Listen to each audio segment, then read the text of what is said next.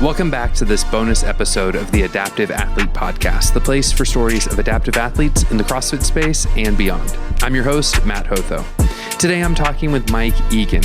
In 2012, while serving in the Marine Corps, Mike became a bilateral amputee.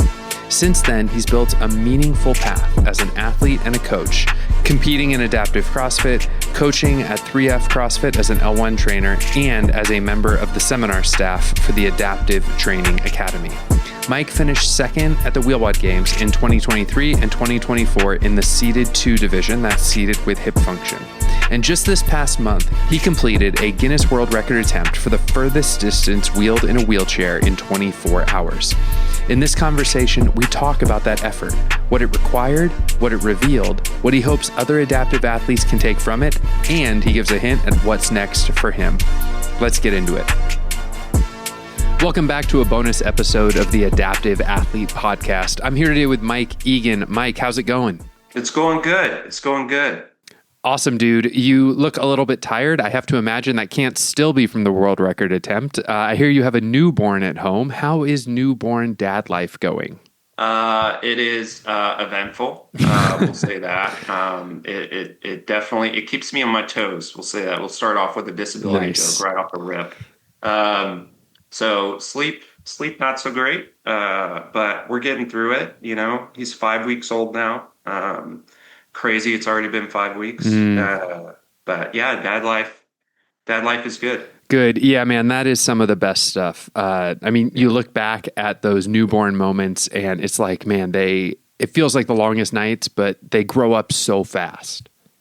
I know. It's crazy. He's like smiling and trying to like get out little words now. So it's really cool to just kind of enjoy, to take a step back of all the craziness and just kind of enjoy being a dad right now. So it's been fun. Yeah. And your daughter is like, what, 2.5 years old? And so your son, though, 5 weeks old, he hasn't made eye contact yet or like started like smiling at you or recognizing you, has he? He's trying. Well, when he's sleeping, he smiles, and if I'm in his general direction, I count that as he's smiling at me. So, okay, there you go. Do you remember the first time that your daughter ever like consciously chose to make eye contact with you and smile and be like, "You're my person"? Yeah. My daughter is great. She is just so expressive and such an extrovert, unlike myself and my wife. Right. Yeah. She's amazing. Yeah. It's like, where do they get it from? Right. Yeah. I have no clue. Like when we go out in public, like I'm just like, I just want to get whatever I need to done and go home. And she's just like saying hi to everyone, Aww. Smiling. She sees kids. She's like, "Hi, friend." And then it leads to conversations with people I would have never started myself. So it keeps life interesting. Yeah, that's awesome, dude. Well, one other way that you've been keeping life interesting that I think our community, the adaptive community, has certainly heard a lot about is your world record attempt from Veterans Day when you wheeled 152.36 miles, which I like to joke was really just 2024 Adaptive CrossFit Games Event 1 on repeat. Yes. That event was a rough one. Was that essentially the course that you all wheeled for Event 1 at the 2024 CrossFit Games? It was the same exact course. So anyone that was at the 2024 Games did those laps around the tennis and racquetball courts, did the same loop that I did on the world record. So this is crazy. Yeah. So to paint the picture for people that aren't read in on the Adaptive CrossFit Games from 2024, we went to San Antonio, and on day 1, we were at Morgan's Wonderland, which is an adaptive sports complex. And for some divisions, there was a row and then a ski and then a run or a wheel, or if it was my division, 70 cals on the Echo bike, which was disgusting. But I just wanted to move. But you did that lap around the tennis courts. That was the lap that you did 720 times. 720 loops. I think I did the math on the turns. It was like 2,800 something turns. So it was a lot. It was a lot. Yeah, yeah. I made a NASCAR joke, and I was trying to like tag some NASCAR drivers in it, and just seeing if this thing could go beyond the adaptive community and kind of find that like that little sliver of the Venn diagram that is NASCAR and adaptive CrossFit. Yeah, it really did feel like NASCAR. Like I had, about every hour I would pull in. Sometimes I had, Tom or Brett like tightening my casters. And I had my headset in, and my coach would call me. I'd talk to my coach while I'm doing laps of like, hey, you got 5 more laps, and then we're pulling you in. So it kind of was like NASCAR to an extent, a very dumbed down version, but it was cool. Yeah, well, let's get into this kind of from the pit crew side of things. We'll start with the pit crew, and then we'll talk about the quote unquote spotter side of things, which would be like your coach. Which, by the way, do you watch NASCAR at all? Not really, no. But now I have a new respect for it. Right. I'm sure you do. I mean, just the team that it takes to do it and all of that. Yeah, I got into NASCAR when my son was younger and like kind of an infant actually. The sound of the engines would just kind of put him to sleep, and so we just got used to watching it. But it kind of became this weird thing for me where, people are surprised to learn that I watch NASCAR. It's kind of like my two truths and a lie kind of thing to just throw people off a little bit, that I actually do enjoy watching NASCAR quite a bit. But anyways, let's get back to, so George would be your spotter, and we'll talk about him in a minute, but let's talk about your pit crew. That consisted of Brett Palzer, Andrea Wilson, Tom Miazga, and how did they help you kind of check in on your wheelchair, prepare your chair when you were on your breaks? What did they do? Yeah, in the beginning, we realized like I got all new wheels and casters from Performax, which was great. Tread and everything was running good. But I had a lot of like speed wobbles. When you get new casters, there's a lot of, you may need to break them a little bit. I don't think I did a good enough job of that pre-world record. So there was a lot of tweaking of my casters to make sure I can maintain a healthy pace. So what are speed wobbles? So speed wobbles in a wheelchair are essentially like if you reach a certain point of speed, you run the risk of getting like, it's kind of like a squeaky wheel shopping cart. Like it just kind of like wobbles back and forth and slows you down. Okay. And when you're going for speed for 24 hours, it's very, not conducive to what you're trying to do. So, you can tighten down the casters, you can kind of check them and make sure they're operating correctly. And that's kind of what they were doing for a large portion of the event. So I would pull in like every hour for my rest break. So how we planned it out, because per Guinness, anything off the surveyed course does not count. So I had two separate chairs. I had a race chair and then I had a break chair. So I would do my loops. I would pull in on the start and finish line of a loop, and I would transfer to my second chair to go to, say, the restroom or go get food or anything like that. So essentially my team, or what everyone I had out there was doing, was they'd notify me like, hey, we need 5 more laps. Cool. Do my 5 laps, pull in. They have the chair ready for me to go, pull it in front of me, transfer chairs. I'm going off and doing my rest break with my coach, and then other people were working on my chair, making sure the tires were filled up, making sure the casters were running well. And then, so it was like 5 minutes of chair work, and then I would transfer back to my race chair, and I'd be back out there going again. Yeah. I would fill up my water, make sure I was good on everything for another hour or so of work. Okay. And I think you posted an Instagram video where you showed kind of how you have your race chair set up with like a Camelback or something to kind of get you hydration. Did you have snacks as well available to you, or like fuel? Yeah. I mainly would just like shove food in my face real quick when I was on my rest break. Like I think on average, most of my rest breaks were like 5 minutes or maybe a little over.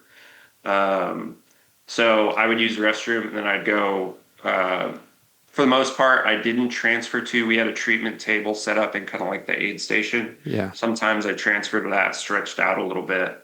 But for the most part, I would eat within like a 2-minute window. and then go back out. But if I needed more calories, yeah, I would take something with me. But it's hard to push a wheelchair and eat at the same time. That's true. That's true.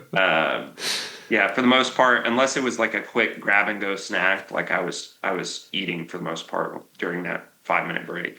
Okay. That's something that surprised me when we wheeled together or ran and wheeled together for a little bit in Tampa was I didn't realize that you kind of alternate left, right sometimes with your arms instead of like both at the same time. Is that a strategy to kind of keep fatigue down or to kind of, what were you doing that around the course as well? I didn't quite see videos deeply enough, but yeah, normally it's easier to do on longer stretches. Like for the loop I was doing, I didn't really have that option because I was turning so much. I had to pick up speed, and you need to push with both arms to do that. Okay. On like longer stretches like we did in Tampa, I will alternate. Sometimes I'll push with one arm for like a quarter mile or something and then swap sides and just kind of give my wrist and my joints a break. And you can kind of push with one arm and shift your weight a little bit to kind of keep going forward. Okay. That's the benefit of having a heavily customized chair that's perfectly fit for you and having hip function helpful as well is I can push with one side and then I can turn with my hip to straighten myself out. Obviously, if you push with one arm and you don't do kind of like a hip twist, you're going to end up veering off in one direction.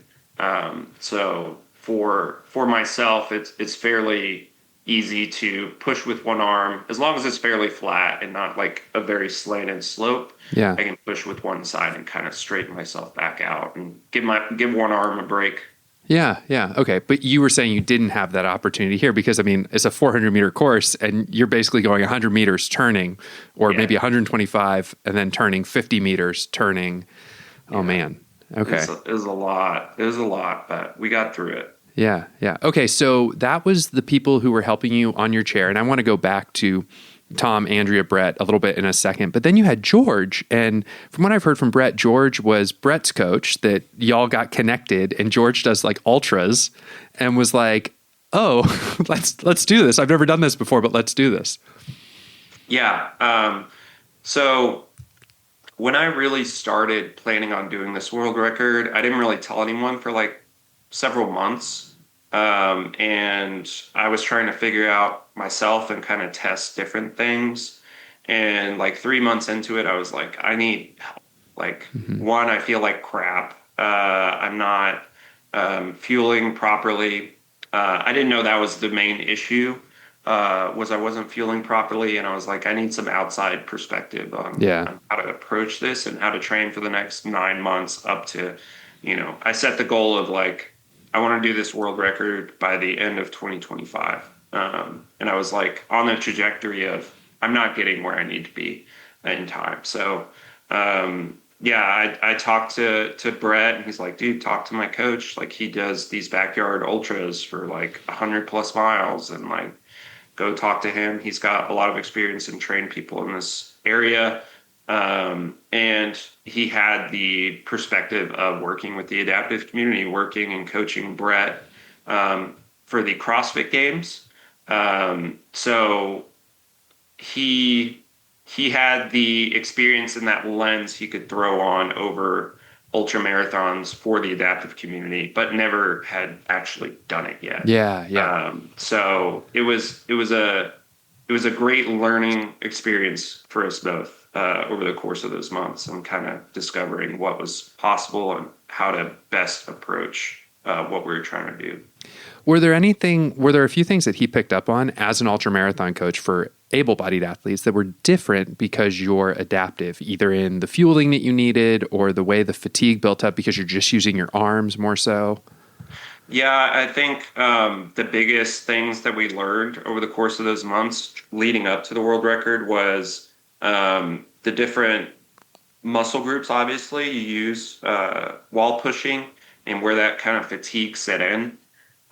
Initially, George was like, oh, your shoulders are just going to be dead. Like, and my shoulders actually hold up better than everything else. Like, it's the hinging consistently, my lower back goes, my wrists go a lot sooner than my shoulders. And I had like severe neck pain on extended pushes just from hinging and then like sitting back up.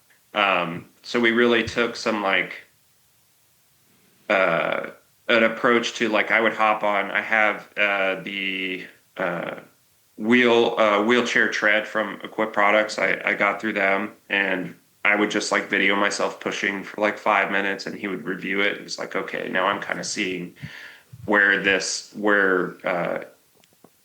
you're really feeling it as you're going through these long distance pushes. And that's mainly, I think, because it's hard to train lower back when you're in a seated position or a seated athlete.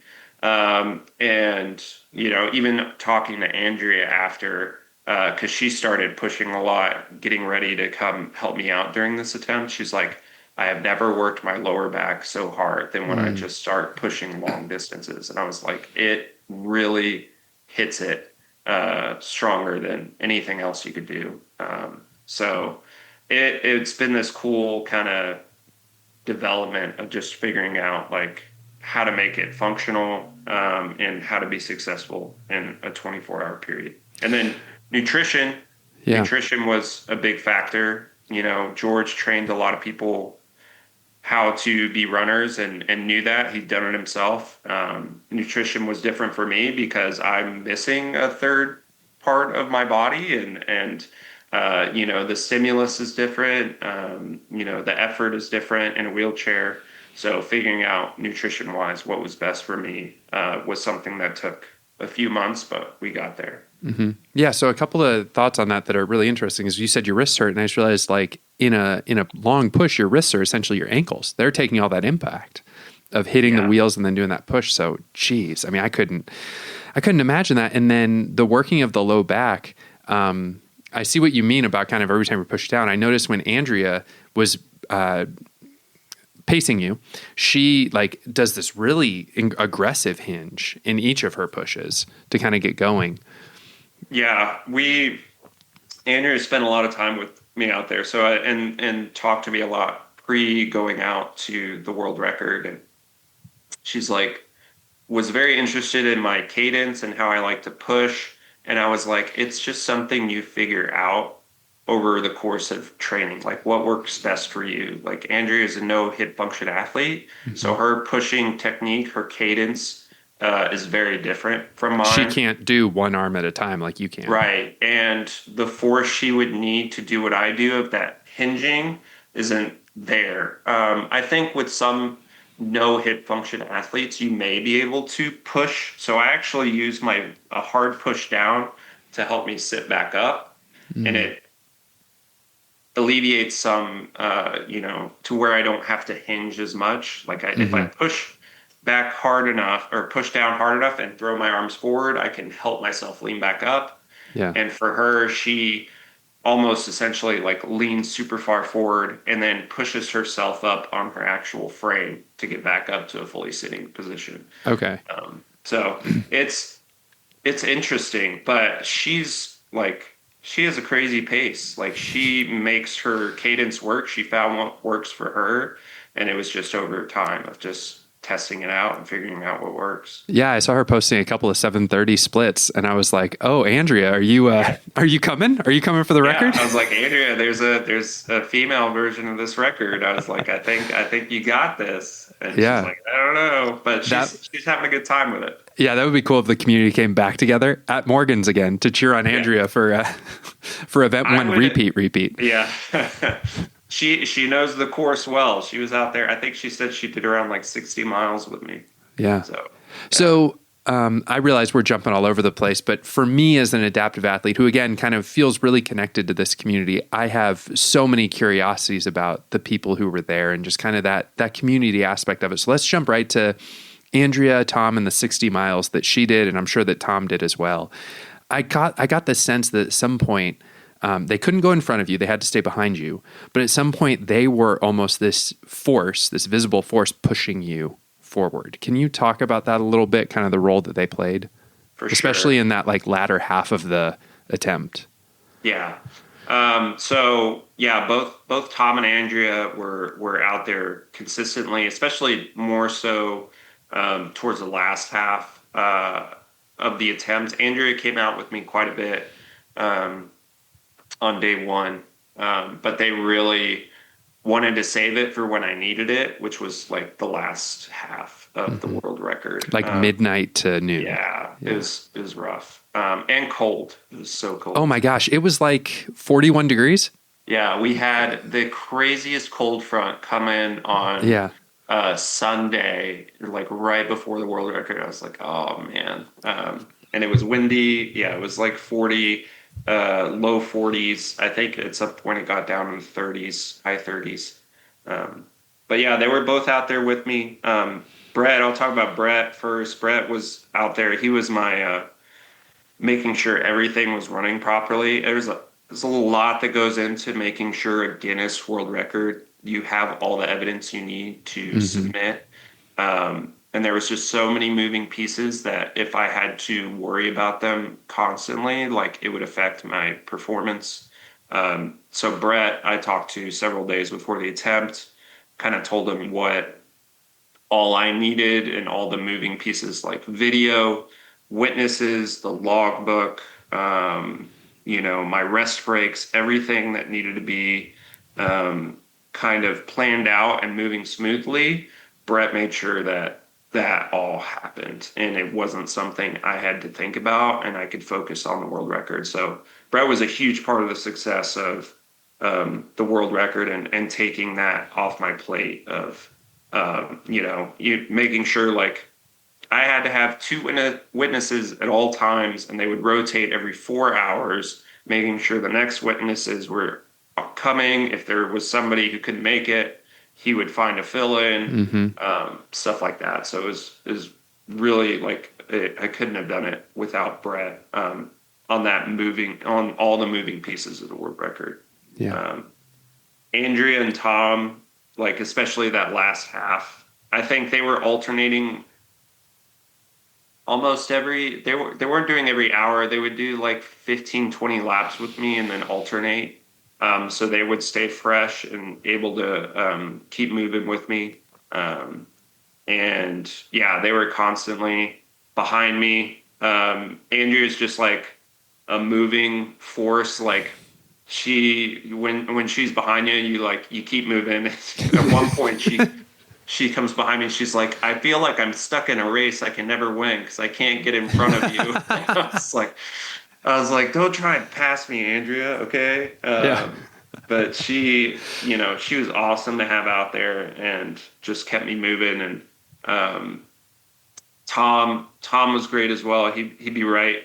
Tom had the habit of being like right behind me the whole time, and I just get like flashbacks from CrossFit Games. Right. I hear Tom's wheels coming. I got to pick it up. So Tom was great, having out there constantly, keep me moving, saying what I need, tell me what I needed to hear to keep me going. He seems like I'm sure Andrea is this too, but Tom being so outgoing, just so encouraging. I can imagine some of the things he was saying to you that you probably want to keep to yourself, but things that were like that thing that you needed to hear. He seems like the kind of guy who would give you that thing you need to hear when you need to hear it. Yeah. Tom knows me pretty well. We work together on a consistent basis, and he knows what I need to hear at certain points and what kind of mood I'm in. And because that fluctuates over a 24-hour period. At some points, I'd be like, Tom, I can't talk to you right now. Or like I felt. So he's such a positive person, and for the most part knew exactly what I need to hear. But there were certain points where I was just like, I can't talk to you right now. I'm sorry, Tom. It's like midnight and he's like, hey, Mike, are you feeling really good? Really good? And you're like, not now, Tom. It's like the jokes, can't handle the jokes right now. But yeah, I mean, I couldn't have hit, like I had the goal of 150 plus in my mind, and that would not have been possible without that crew out there. There's no way I could have done that. And I know that because we tested a 12-hour in San Yeah. Diego, and I barely broke 75 in 12 hours, and it took me out. And for a large majority of that, I was by myself. I didn't have Hmm. a lot of people out there with me and keeping me moving. I had my coaches, and Tom and Brett were out there as well, Yeah. but for the most part, I was flying solo out there, and I was destroyed. So So they I made think sure I kept moving. yeah. So I think a small part of this story that I'm not sure how many people know, but that your venue changed at the last minute. And that was due to some unforeseen circumstances. But your original plan was a mile and a half out, mile and a half back in, right? So like 50 laps at 3 miles. Yeah. Do you think, though, that like this shorter course, while it had its disadvantages, also allowed the community to stay closer to you and give you that energy when you needed it to keep pushing? Yeah. The venue change last minute was a huge wrench in the plans. We had been planning this for months. It was originally going to happen on an army base. Um, we had everything planned out. We mapped the course. I had to get a surveyor to come out and map the course to submit that evidence to Guinness. You know, it was a military base, so it was hard to get the community involved. I had to submit information of everyone that was going to be out there to do background checks to get them on a military base if they didn't have a military ID. We were working on all that. Everything was going as planned. And then on Halloween, 2 days after my son is born, I get the notification that due to government shutdown, I was no longer able to run my world record on the military installation. And they were like, you could do it when the government shutdown ends. And I was like, this is 10 days prior to my attempt. People have already bought flights, hotels. My training has been planned and meticulously planned to where this is my taper period and I'm ready to go and do this thing in 10 days. Like, we need to make this happen. So um, it was, it would have been nice to, obviously have that long stretch of on a runway and not have to turn so much. It would have been like 5 times less the loops I would have had to do, like crazy amount of less Mm-hmm. turning. But in retrospect, looking at it, being able to do it at Morgan's was amazing. And have the community involved in that, have other people come out. I had people, younger kids with disabilities able to come out. So the way the loop was set up, I was on the outer portion and we barriered off the inner portion of the loop. And anyone at any point could come run with me, roll with me. And we had several people come out. Some I knew through the functional fitness program I run through Morgan's. Some I'd never met before, and got to talk with them a little bit, and it worked out the way it was supposed to. And I'm glad in the long run it ended up being at Morgan's for sure. Yeah. So take me back to 6 a.m. On Veterans Day. What was that like? 6 a.m. It really did happen like exactly 6 a.m. I pulled in for my rest break and we had set the new world record. It was like I just hit just over 114 miles and the previous record was 113. It was a relief. It was, exciting to know like, hey, we hit a world record. There's 6 hours left. Yeah. Yeah. That's the separator. I knew going into it, my pacing and my training and the testing we did, unless something severely went wrong health wise or like something happened, like I was going to break this world record. And going into it and pulling in that rest break, it was really cool to know like I hit the goal and I was on pace to reaching the goal I wanted. And it was a short-lived celebration. So we planned it out to where I could take a longer rest break after that. And then it would give me the opportunity to reset and realize like I still have 6 hours left. If I want to stay on pace for my goal, the next 6 hours is just like drop the hammer and don't let up. Because during those 6 hours was when, my body is the most destroyed. Right. I'm exhausted. I've been going for 18 hours, no sleep, and just, this is where it really defines like whether or not I'm going to be able to hit the goal I wanted. But that's when the community really came around me. Those last 6 hours, sun came up an hour later, which was so nice. When the sun came up, I was just like, what? I was like, George, Google when the sun comes up in San Antonio, the exact time. And he's like, you don't want to know. You don't want to know. Someone told me, and I'm like, I was like, I still got like at least another 2 hours before it breaks to where I can see the sun again. It was just, a lot of people came out those last few hours and kept me going. My friend Matt Johnson came out and ran with me. And just having the community around me kept me going those last few hours. Yeah. Yeah. So then you finish 152.36 miles.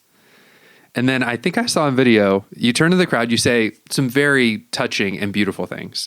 And then you say, Applebee's? Yes. So it's a very military community type thing. Is on Veterans Day, you can get a free meal at Applebee's. Oh, if you okay. served in the military. So that was kind of the running joke of once you finish the world record, you can go get Applebee's. Go get your free meal at Applebee's. So, nice. So did you go do that? I did not. I went to that. I was going to say, I would have been so impressed. I can just picture it. You guys like wheeling into Applebee's, like all of you, right? Like Brett, you, Tom, Andrea, and people like, oh yeah. Okay, get seated. I thought about it. How was your day? Like, I went to go get a Whataburger at a drive-thru, and I went home and I showered and I crashed. Yeah. That was it. So I missed my Applebee's opportunity. Maybe next year. Okay. That's a good inside joke. I really did not know that was the thing on Veterans Day, Applebee's for military veterans. Okay, yeah, military veterans, well known. Go to Applebee's on Veterans Day. Noted. Get you a free meal. I love that.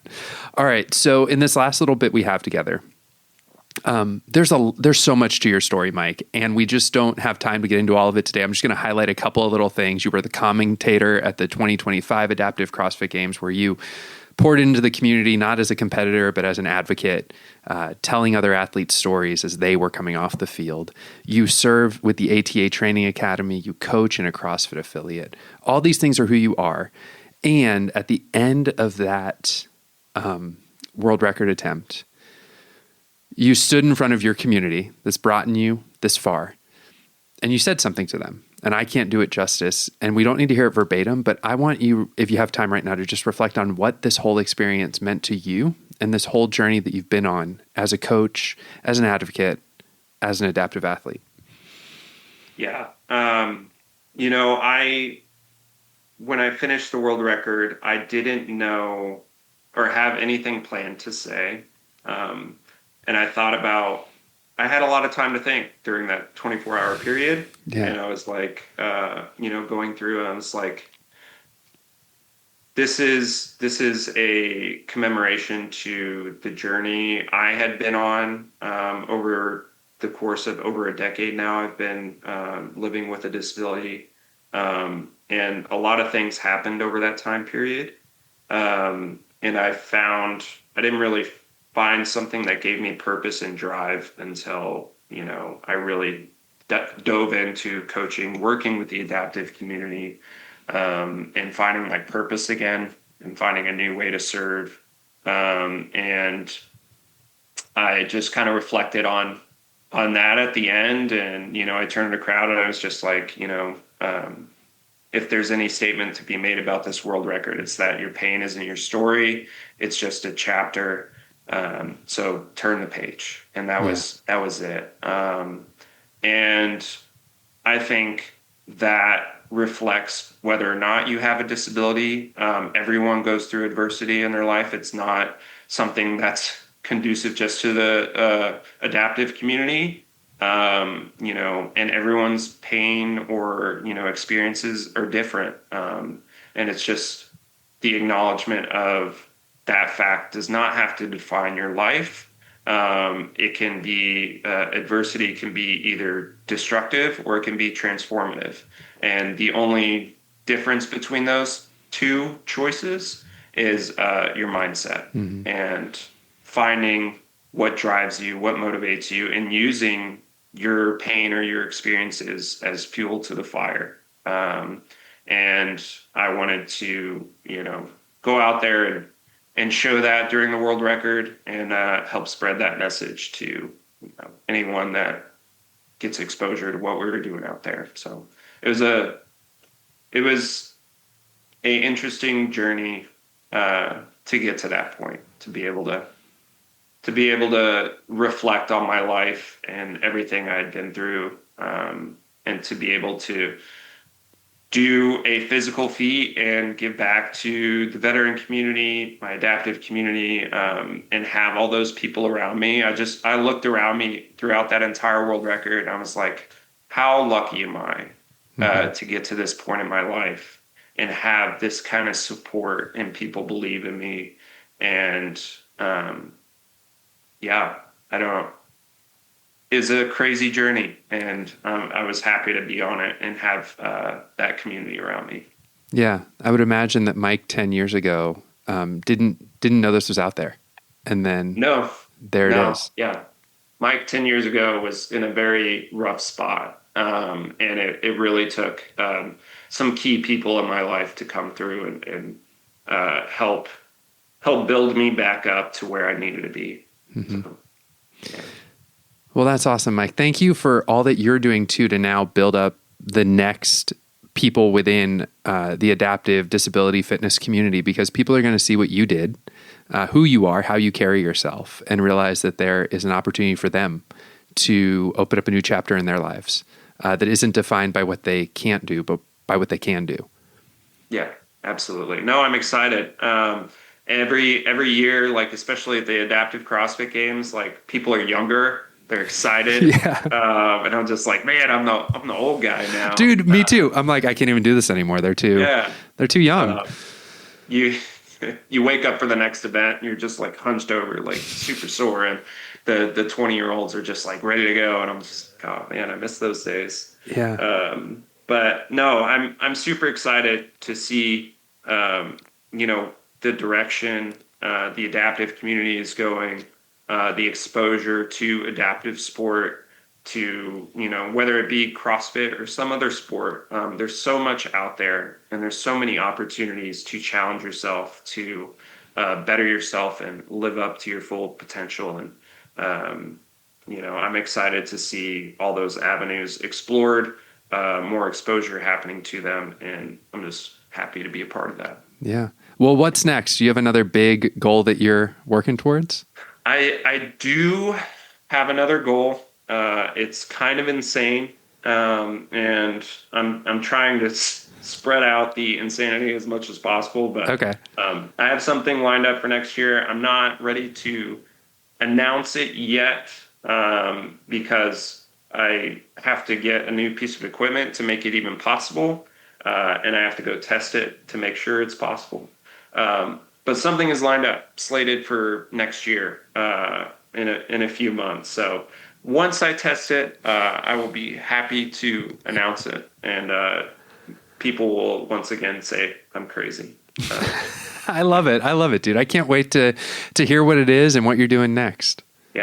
Yeah, no, it'll be exciting. It's a opportunity I couldn't pass up, and to be in a race that it has done before. So I probably gave too much away there. Oh boy. But yeah, it's exciting. Well, Mike, that sounds like a ton of that sounds like really exciting. I can't wait to hear more about it. And thanks so much for joining us for this episode of the podcast, man. It was so good to get to talk to you, to hear about your journey. And thanks for being who you are. Yeah, no, happy to be here. Appreciate you and everything you do on the podcast. I think exposure to the adaptive community and getting the word out there that, there's these different avenues for yourself to challenge yourself is great. And you're a large part of making that happen. So I appreciate you as well. Thanks for joining us for this episode. I appreciated hearing how Mike approaches his story and how he's using these endurance efforts to support veteran organizations and broaden the conversation about adaptive athletics. This is the kind of work many of us are trying to do, taking our lived experience and directing it towards purpose and impact. If you want to follow Mike's training and future projects, you can find him on social media at MJ Egan on Instagram. That link will also be in the show notes. And a documentary about his world record effort is on the way, so keep an eye out for that as well. If you're new to the podcast, subscribe so you don't miss upcoming episodes, including the launch of season 2 at some point in January. More conversations and more perspectives from across the adaptive community are on the way. Till then, I'm Matt Hotho, and I'll see you next time.